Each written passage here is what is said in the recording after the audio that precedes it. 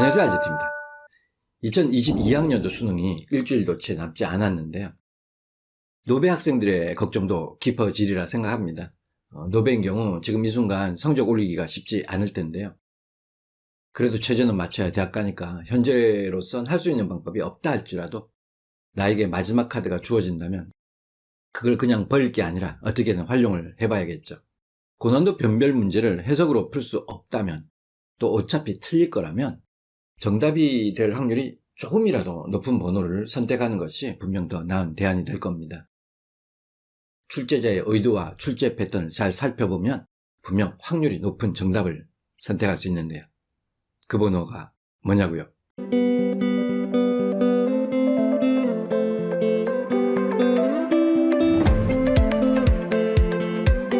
설명하기 전에 당부 말씀 먼저 드리고 싶은 건, 자신의 독해 실력으로 문제를 풀 수 있는 1, 2등급의 경우는 되도록 이 영상을 보지 않았으면 하고요. 왜냐하면 여러분들의 독해력을 확률형 찍기로 모독하고 싶진 않거든요. 자, 일단 출제 방식에 대한 가설을 제가 세워볼게요. 첫째, 출제자는 지문을 많이 읽기를 원한다. 그러니까 좀 더 많이 읽어야 정답을 도출할 수 있다는 거죠. 이 말은 단서의 위치를 제공하고 있다는 겁니다. 둘째, 1, 2, 3, 4, 5번 정답을 분산시키려 한다. 즉, 어떤 유형은 정답이 3, 4로 쏠리니까 그 외 다른 문제는 1, 2, 5번일 확률이 높아진다는 거죠. 셋째, 고난도 변별 문제는 오답을 유도하면서 미끼를 던질 거거든요. 즉, 뻔하게 보이는 단서가 미끼가 될 수 있으니 도리어 역이용해서 피하라는 말이 되고요. 넷째, 출제자는 해마다 특정 번호를 고집하지 않을 것이다.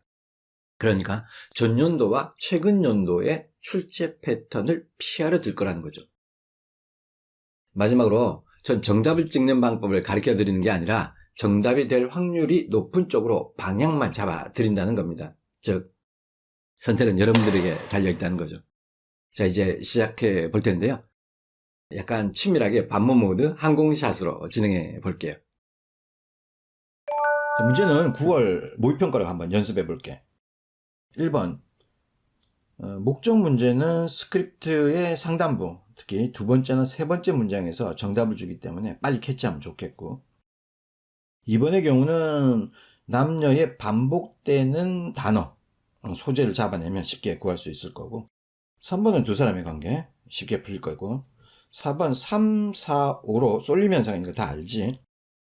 모양 위주로 잘 간파하면 좋을 거라고. 5번은 할 일인데 대략 한 80% 정도는 들어줘야 정답이 나온다는 거 잊지 말고.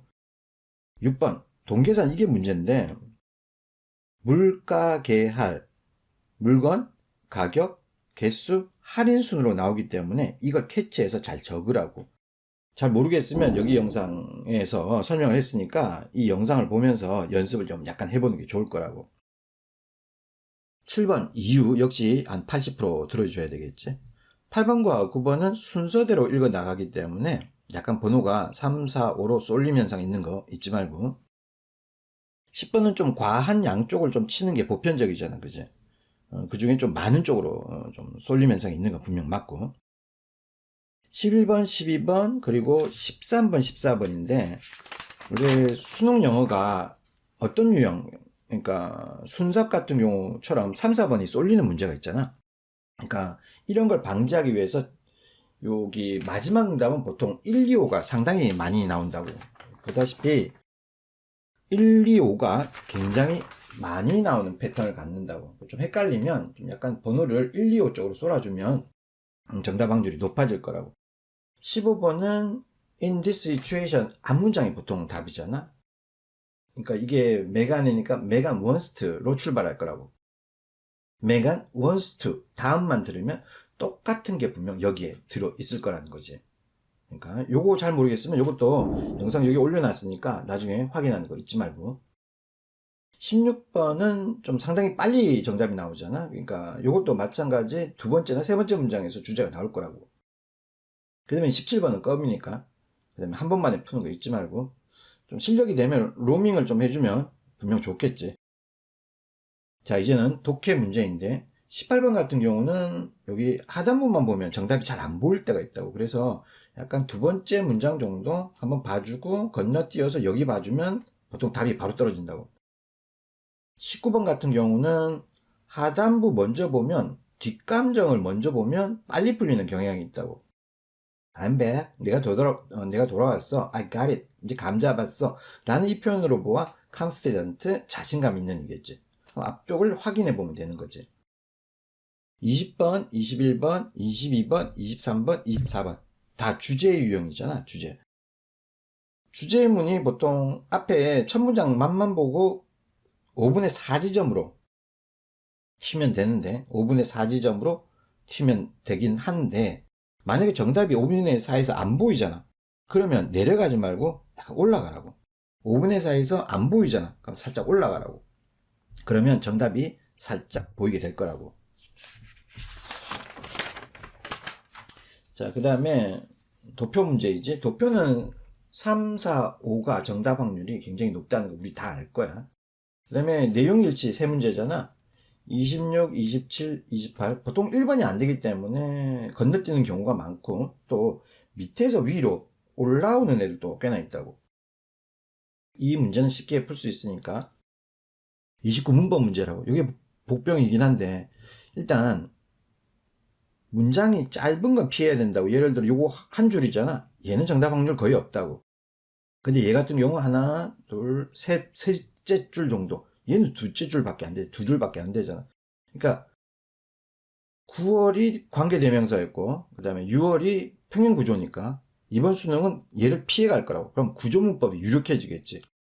그러면 긴 문장에 동사가 들어있는 형태, 이런 걸 칠하면 굉장히 유리한 답안이 될 거라고. 아닐 수도 있겠지만. 그다음에 30번인데 1, 2번의 위치가 위로 포진되어 있으면 보통 3, 4, 5로 쏠린다고. 근데 1, 2번이 밑으로 많이 내려와 있어. 그러면 많이 읽었으니까 2번 확률이 굉장히 높아지거든. 보통 2번이 안 되긴 하지만 말이야. 그러니까 상단부로 쏠려 있으면 되도록 밑에 쪽에 있는 번호를 선택하면 유리한 답안이 된다는 거지. 자, 빈칸 4문제인데 빈칸은 31번 같은 경우 어휘 빈칸이라고. 보통 다이어 위주로 정답이 되기 때문에 되도록이면 아는 단어가 확률이 상당히 높다고.